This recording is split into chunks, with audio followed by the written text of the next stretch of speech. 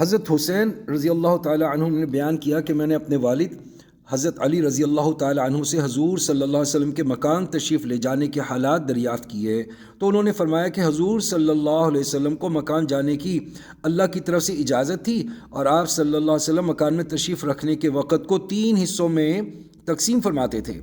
ایک حصہ اللہ کی عبادت میں خرچ فرماتے تھے، یعنی نماز وغیرہ پڑھتے تھے، اور دوسرا حصہ گھر والوں کے ادائے حقوق میں خرچ فرماتے، مثلا ان کے ساتھ ہنسنا، بولنا، بات کرنا، ان کے حالات معلوم کرنا۔ تیسرا حصہ خاص اپنی ضروریات، راحت و آرام کے لیے رکھتے تھے۔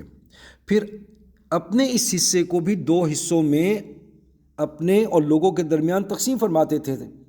اس طرح کے خصوصی حضرات صحابہ کرام اس وقت میں حاضر ہوتے، ان خواص کے ذریعے سے آپ صلی اللہ علیہ وسلم کی بات عوام تک پہنچتی۔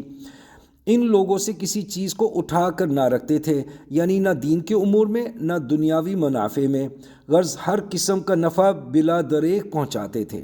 اور امت کے اس حصے میں آپ کا یہ طرز تھا کہ ان آنے والے میں اہل فضل یعنی اہل علم و عمل والوں کو حاضری کی اجازت میں ترجیح دیتے تھے۔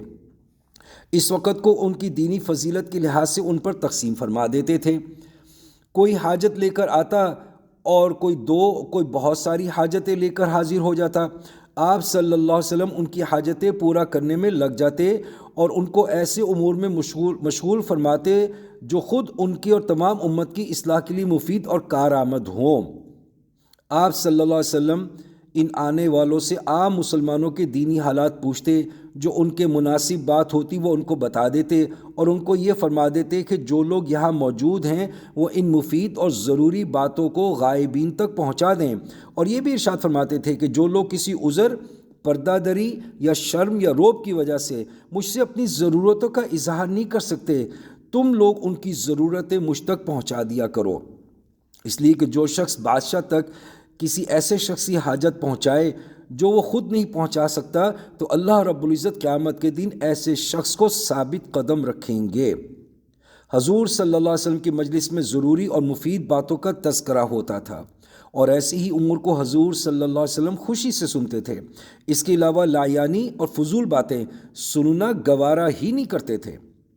صحابہ کرام حضور صلی اللہ علیہ وسلم کی خدمت میں دینی امور کے طالب بن کر حاضر ہوتے تھے، اور کچھ نہ کچھ چکھ کر ہی واپس جاتے تھے۔ چکھنے سے مراد امور دینیا کا حاصل کرنا بھی ہو سکتا ہے، اور کسی چیز کا چکھنا بھی مراد ہو سکتا ہے۔ صحابہ کرام حضور صلی اللہ علیہ وسلم کی مجلس سے ہدایت اور خیر کے لیے مشعل رہنما بن کر نکلتے تھے۔